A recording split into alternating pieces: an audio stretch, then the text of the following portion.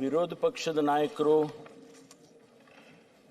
ಸುನೀಲ್ ಅವರು ಮತ್ತು ಸುರೇಶ್ ಕುಮಾರ್ ಅವರು ಮತ್ತು ಇನ್ನಿತರೆ ಸದಸ್ಯರುಗಳು ಲಾ ಅಂಡ್ ಆರ್ಡರ್ ವಿಚಾರದಲ್ಲಿ ಪ್ರಸ್ತಾಪ ಮಾಡಿದ್ದಾರೆ. ಬೆಳಗಾಂನಲ್ಲಿ ಕೂಡ ಅಡ್ಜರ್ನ್ಮೆಂಟ್ ಮೋಷನ್ ಮೂವ್ ಮಾಡಿ ಲಾ ಅಂಡ್ ಆರ್ಡರ್ ಮೇಲೆ ಭಾಳ ಮಾತಾಡಿದರು. ಆದರೆ ಉತ್ತರ ಕೊಡೋದಕ್ಕೆ ಸಮಯ ಆಗಲಿಲ್ಲ ಅಂಥೇಳಿ ನಾನು ರಿಟರ್ನ್ ರಿಪ್ಲೈ ಕೆಲವೊಂದು ವಿಚಾರಗಳನ್ನು ಇಲ್ಲ ಅಷ್ಟು ಹೋಗೋದಿಲ್ಲ ಅದನ್ನು ನಾನು ರಿಟರ್ನ್ ರಿಪ್ಲೈಯನ್ನು ಕೊಟ್ಟಿದ್ದೆ.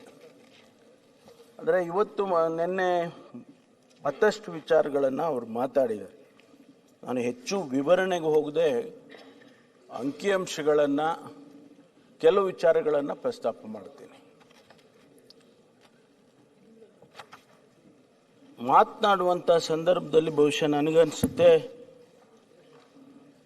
ಅಶೋಕ್ ಅವರು, ಆರಗ ಜ್ಞಾನೇಂದ್ರ ಅವರು ತಾವು ಕೂಡ ಗೃಹ ಮಂತ್ರಿಗಳಾಗಿದ್ರಿ ಅನ್ನೋದನ್ನು ಎಲ್ಲ ಮರ್ತು ಬಿಟ್ರಿ ಅಂತ ಕಾಣಿಸುತ್ತೆ. ಏಕೆಂದರೆ ತಾವು ಇದ್ದಂಥ ಸಂದರ್ಭದಲ್ಲಿ ಏನು ನಡೀತು, ರಾಜ್ಯದಲ್ಲಿ ಯಾವ ರೀತಿ ಲಾ ಅಂಡ್ ಆರ್ಡರ್ ಇತ್ತು, ಒಂದಿಷ್ಟು ಅಂಕಿಅಂಶಗಳನ್ನು ಹೇಳಿಬಿಡ್ತೀನಿ ಮಾನ್ಯ ಅಧ್ಯಕ್ಷರೇ. ಅಶೋಕ್ ಅವರು ಜನವರಿ 2011ರಿಂದ 2013ವರೆಗೆ ಇದ್ದರು. ಅವರಿದ್ದಂಥ ಸಂದರ್ಭದಲ್ಲಿ ಸುಮಾರು 4121 ಮರ್ಡರ್ಗಳಾಗಿವೆ. ಯಾಕೆಂದರೆ ಬರೀ ತಾವು ಕೋಟ್ ಮಾಡುವಾಗ ಮರ್ಡರ್ಗಳು, ರೇಪ್ಗಳು ಎಲ್ಲ ಹೇಳಿದ್ರಿ, ಅದಕ್ಕೆ ಸ್ವಲ್ಪ ಕ್ಲಾರಿಫಿಕೇಶನ್ ಕೊಟ್ಟರೆ ಬೆಟರ್ ಅಂತ ಅನಿಸುತ್ತೆ.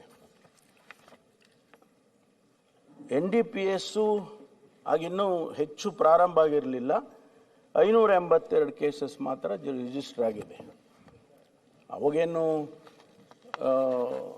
ಡ್ರಗ್ಸ್ ಇರಲಿಲ್ಲ ಅಂತಲ್ಲ, ಆದರೆ ರಿಜಿಸ್ಟರ್ ಮಾಡ್ತಾ ಇರಲಿಲ್ಲ. ಆಮೇಲೆ ಸೈಬರ್ ಕ್ರೈಮ್ ಕೂಡ ಬರೀ 997 ಇದೆ.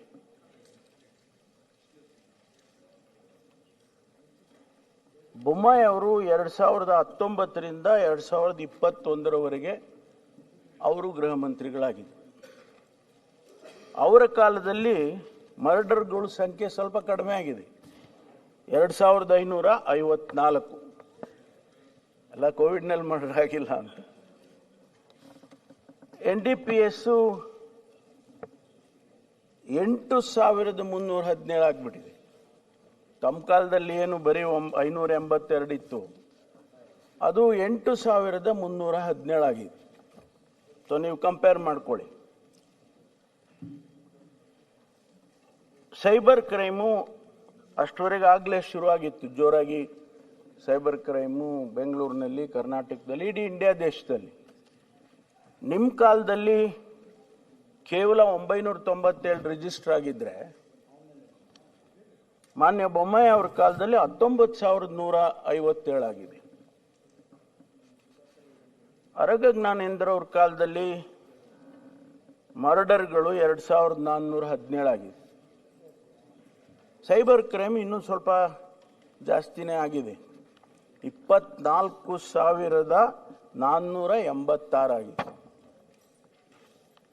ಅಂದರೆ ಏನೋ ಈಗ ಮಾತ್ರ 2 ವರ್ಷದಿಂದ ಜಾಸ್ತಿ ಆಗಿಬಿಟ್ಟಿದೆ, ಅದನ್ನು ಹೇಳ್ತೀನಿ ನಾನು.